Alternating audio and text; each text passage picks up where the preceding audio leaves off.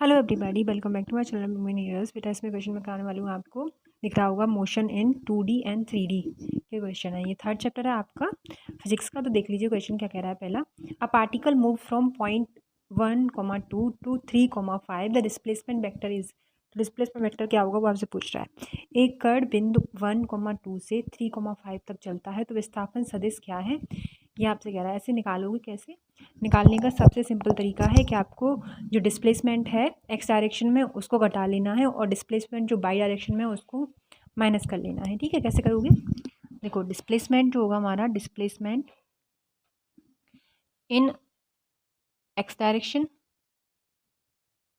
देखो x direction का ये 1 है और ये इसमें 3 है एक्स डायरेक्शन का।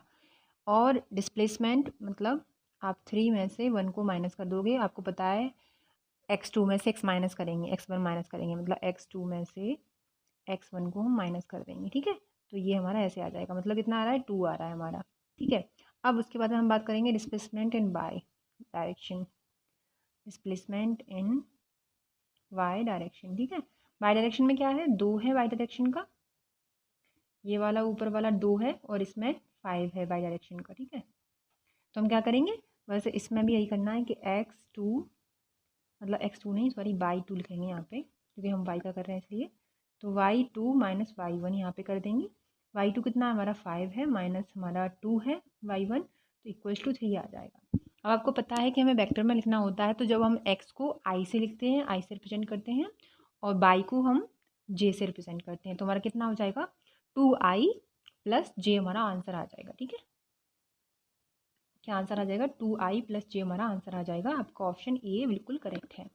नेक्स्ट क्वेश्चन देखिए, सेकंड आपसे कह रहे हैं, देखिए कह रहे हैं कि in projectile motion the horizontal component of velocity change with velocity होगा, रिमेन कांस्टेंट होगा, इज जीरो होगा, इंक्रीज्ड एक्सपोनेंशियल, ये होगा आपका आंसर।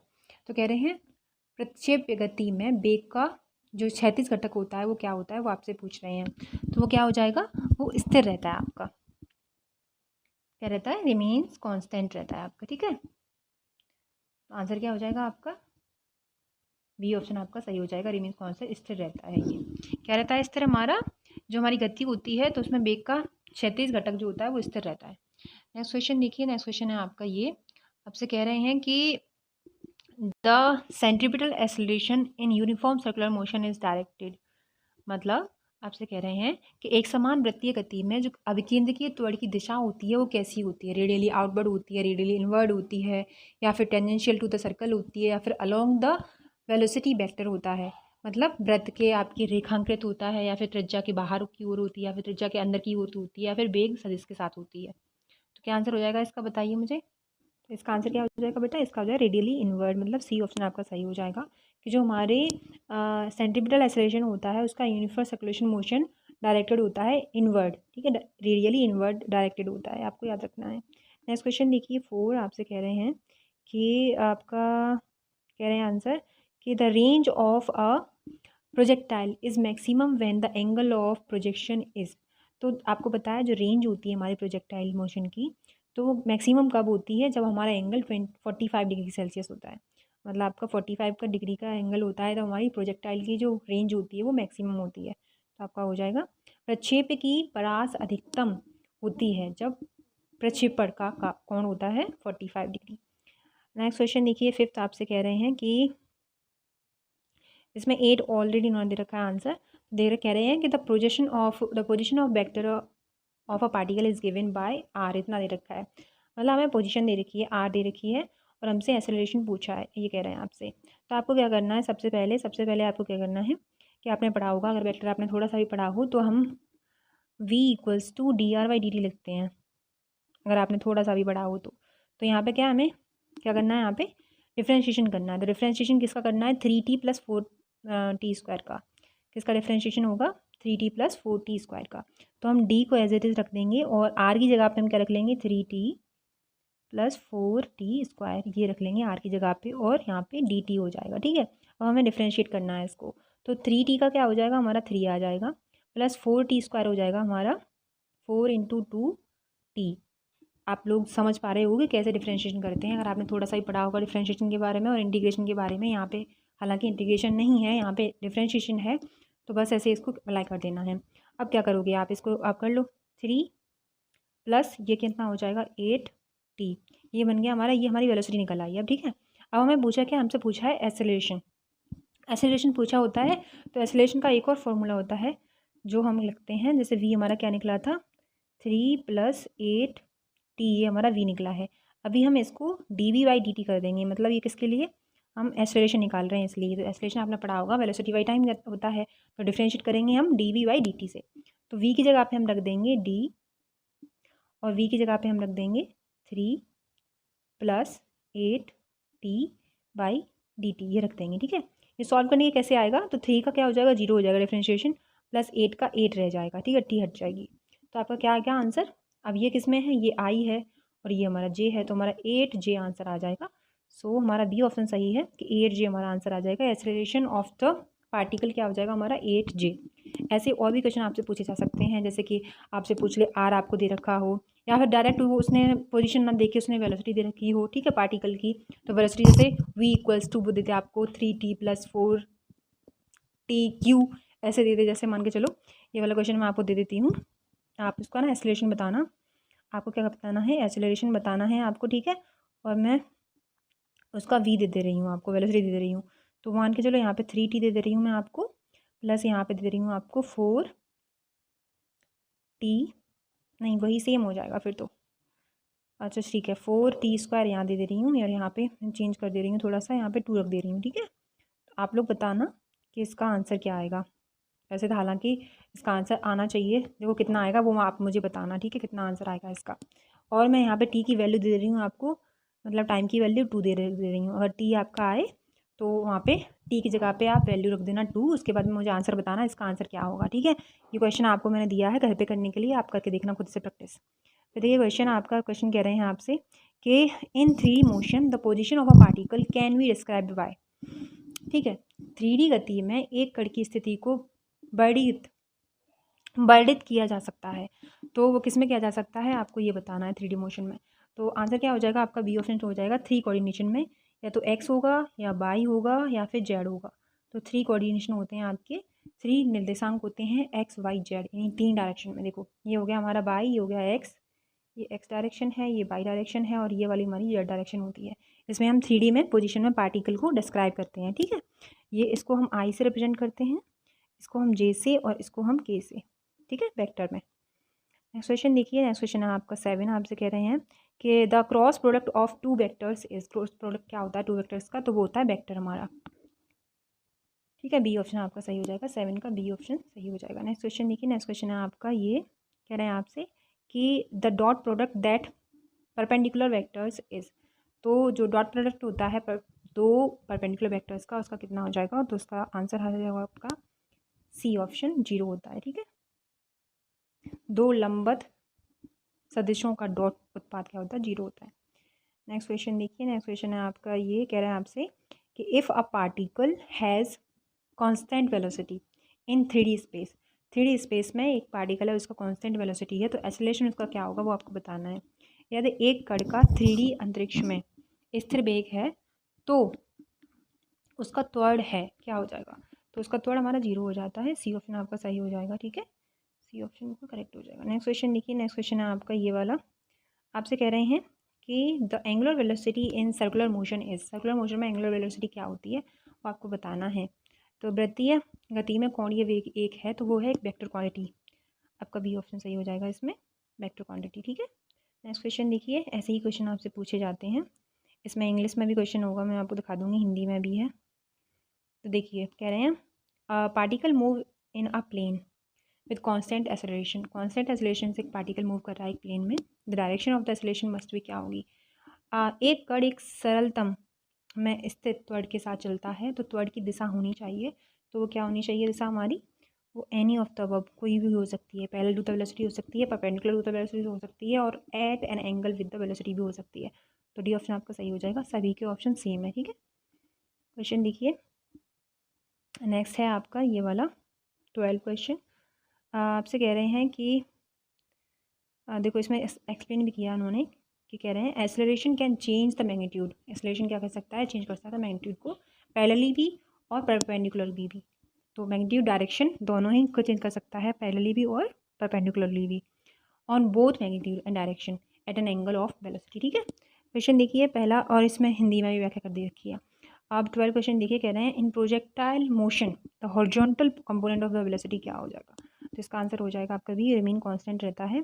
इन प्रोजेक्टाइल मोशन में हॉरिजॉन्टल कंपोनेंट होता है जो वेलोसिटी का, वो रिमेन कांस्टेंट रहता है। ठीक है, प्रक्षेप्य गति में वेग का क्षैतिज जो घटक होता है वो हमारा क्या रहता है, कांस्टेंट रहता है। बी ऑप्शन आपका सही रहेगा। क्वेश्चन देखिए, इसमें देखो, इसमें दे भी रखा है आपका, बाह्य प्रतिरोध को अनदेखा करते हुए कोई क्षैतिज त्वरण नहीं है, इसलिए क्षैतिज वेग स्थिर रहेगा। नेक्स्ट क्वेश्चन देखिए, थर्ड कह रहे हैं the range of projectile is maximum when the angle of projection is. तो ये क्वेश्चन आपसे कई टाइप से पूछ लेगा, मतलब डिफरेंट डिफरेंट टाइप से पूछ सकता है, तो इसका आंसर एक ही होने वाला है, लेकिन क्वेश्चन का फॉर्मेट बदल देते हैं वो। ठीक है, क्वेश्चन क्या है आपका, कह रहे हैं कि प्रक्षेप्य की सीमा अधिकतम होती है जब प्रक्षेपण कोण होता है। तो जब अधिकतम होती है तो आपको पता है जहाँ पे भी प्रोजेक्टाइल इज मैक्सिमम, तो वहाँ पे आपको 45 डिग्री का एंगल ही बनेगा, आपको याद रखना है। ठीक है, जहाँ पे भी प्रोजेक्टाइल इज मैक्सिमम बोल दिया उसने, range of a projectile is maximum, क्या बोलेगा कि रेंज जो है वो मैक्सिमम है, ऐसे भी बोल सकता है कि रेंज उसकी मैक्सिमम है, तो वो हमारी 45 डिग्री पे बनेगा, 45 के एंगल पे बनेगा। ठीक है, तो बी ऑप्शन आपका सही हो जाएगा। नेक्स्ट क्वेश्चन देखिए, इसमें दे भी रखा है, देखो एक्सप्लेन कर रखा है कि the range is given by, range कितनी होती है, U square sine 2 theta by G, which is maximum when sine 2 theta 1 होता है। जब साइन 2 थीटा 1 होता है तो हमारा क्या हो जाता है, मैक्सिमम हो जाता है। जैसे 2 थीटा इक्वल टू 90 डिग्री है तो थीटा इक्वल टू 45 डिग्री हो जाएगा, इसी से हमारा निकला आया। ठीक है, तो ऐसे आंसर निकाल सकते हो। 14 देखिए, क्वेश्चन आपसे कह रहे हैं क्या particle is moving in a circular path with constant speed. कोई भी पार्टिकल है वो सर्कुलर पाथ पे कांस्टेंट स्पीड से मूव कर रहा है, इस एक्सेलरेशन, उसका एक्सेलरेशन क्या होगा, जीरो होगा, टेंजेंशियल होगा, सेंट्रीपिटल होगा, या फिर वेरिएबल होगा। एक कण स्थिर गति के समान के साथ एक वृत्ताकार पथ में गति कर रहा है तो उसका त्वरण क्या होना चाहिए।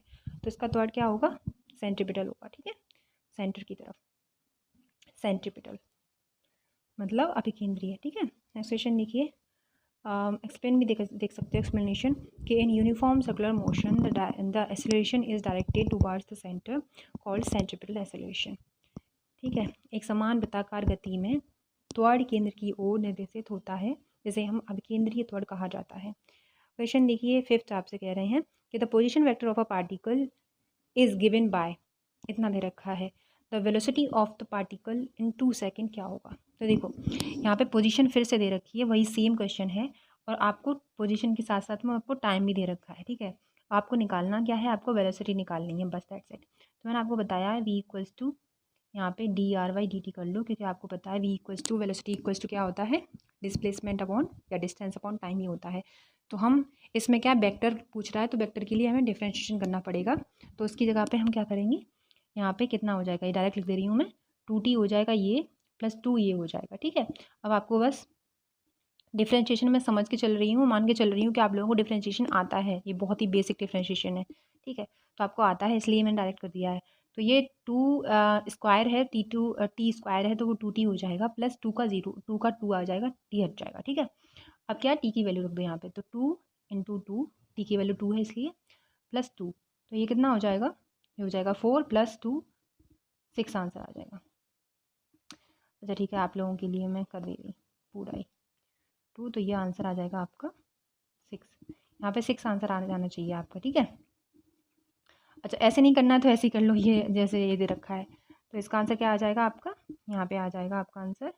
अच्छा ठीक है, तो उसने वेलोसिटी पूछ रखा है तो हमारा निकाल सकते हैं, तो यहाँ पे 4j हो जाएगा प्लस 2, 4i आ जाएगा प्लस 2j आ जाएगा। ठीक है, तो 4i प्लस 2j आपका आंसर ए सही हो जाएगा इसमें, कि वेलोसिटी हमसे पूछी है, हमसे उसने वो नहीं पूछा, पूरी वेलोसिटी नहीं पूछी है कि कितनी आ रही है, उसने पूछा है वेक्टर के फॉर्म में, तो हमें वेक्टर के फॉर्म में बताना पड़ेगा, ऑब्वियसली बात है। तो ये करके कितना आया हमारा, 4 आ गया, और इसे 2 करके आ गया, तो 4i आ जाएगा, क्योंकि 4 हमारा क्या है, एक्स डायरेक्शन में है, और जे क्या हमारा वाई डायरेक्शन में है, तो आई हमारा एक्स के लिए रिप्रेजेंट करते हैं और जे हमारा वाई के लिए आंसर।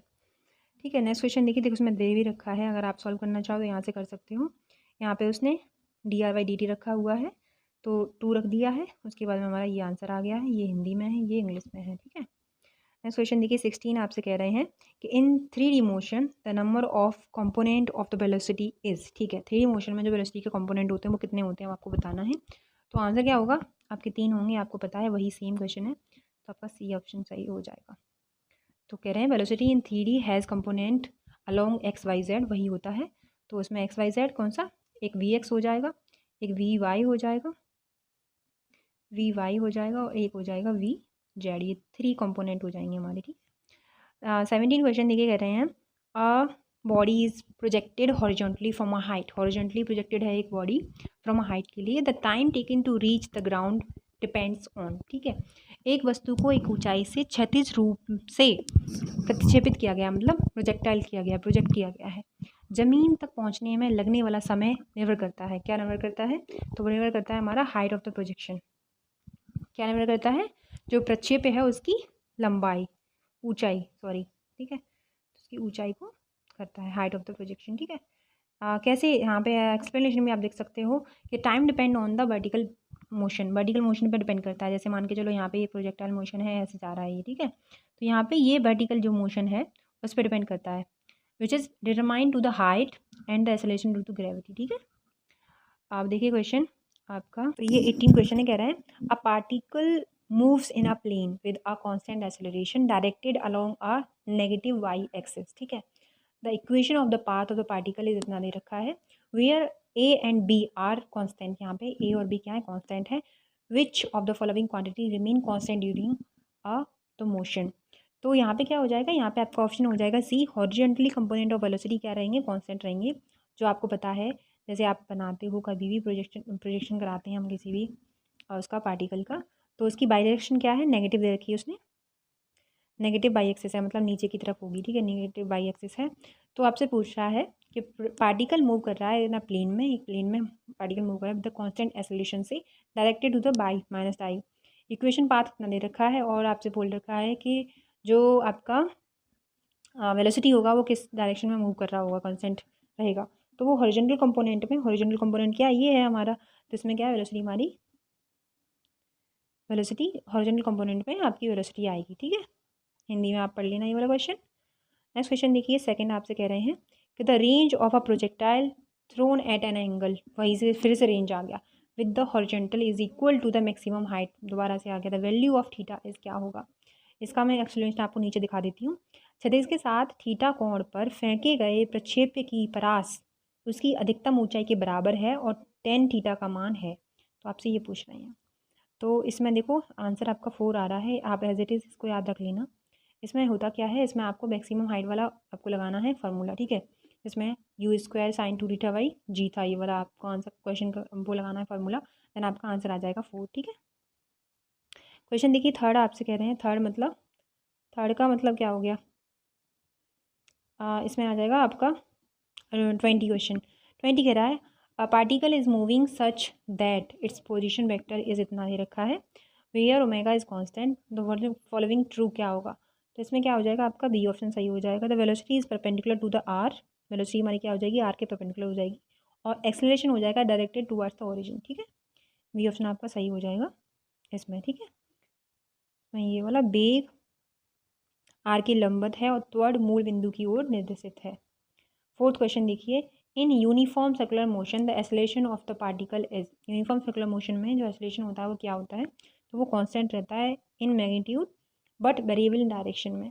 तो एक समान वृत्तीय गति में कण का त्वरण है वो हमारा क्या है, वो हमारा परिमाण में जो हमारी होती है, परिणाम में स्थिर लेकिन दिशा में परिवर्तनशील होता है। क्वेश्चन देखिए 5 मतलब 22 क्वेश्चन देखिए, 22 कह रहा है आपसे a body is projected horizontally from the top of a tower with initial velocity 18 metre per second, it hits the ground at an angle 45, और what is the vertical component of the velocity when it strike the ground, ठीक है, ये आपका option है, question है। तो इसका answer जो हमारा हो जाएगा, आंसर क्या हो जाएगा, आंसर इसका आ जाएगा आपका 18 मीटर पर सेकेंड, ये आंसर आ जाएगा, आप निकाल सकते हो, बहुत ही ईजी क्वेश्चन है ये, आराम से हो जाएंगे, ठीक है। अगर नहीं होता है तो आप मुझे बता देना कि मैम ये वाली जो क्वेश्चन है ये वाला मुझे आया नहीं, और ये कौन सा क्वेश्चन था 22, ठीक है, इसका आप आंसर हमें दे दो, तो मैं नेक्स्ट वीडियो में आपको दे दूँगी, ठीक है।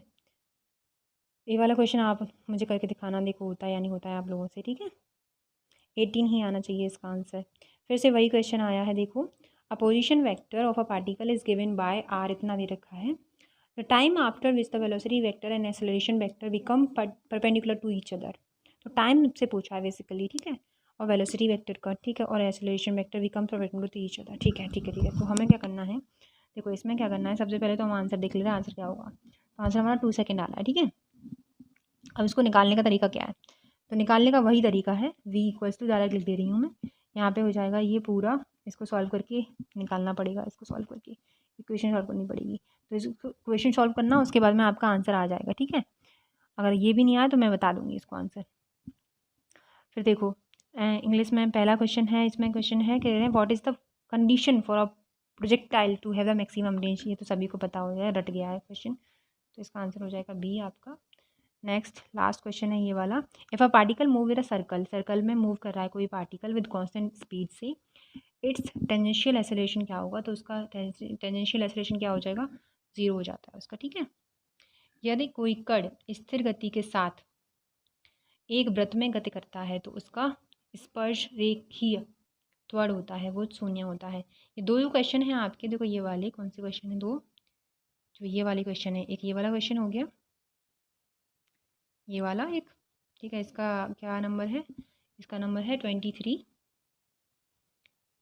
नंबर है इसका, ठीक है 23। ये वाला भी मैं आपको सॉल्व करके बता दूंगी नेक्स्ट वीडियो में, और आपका एक 22 है ये वाला, ठीक है। दो क्वेश्चन है आपके जो सॉल्व करके मुझे बताने, मैं बता दूंगी आपको। Thank you so much for watching, bye, take care. आपको कैसा लगा लेक्चर मुझे ज़रूर बताना।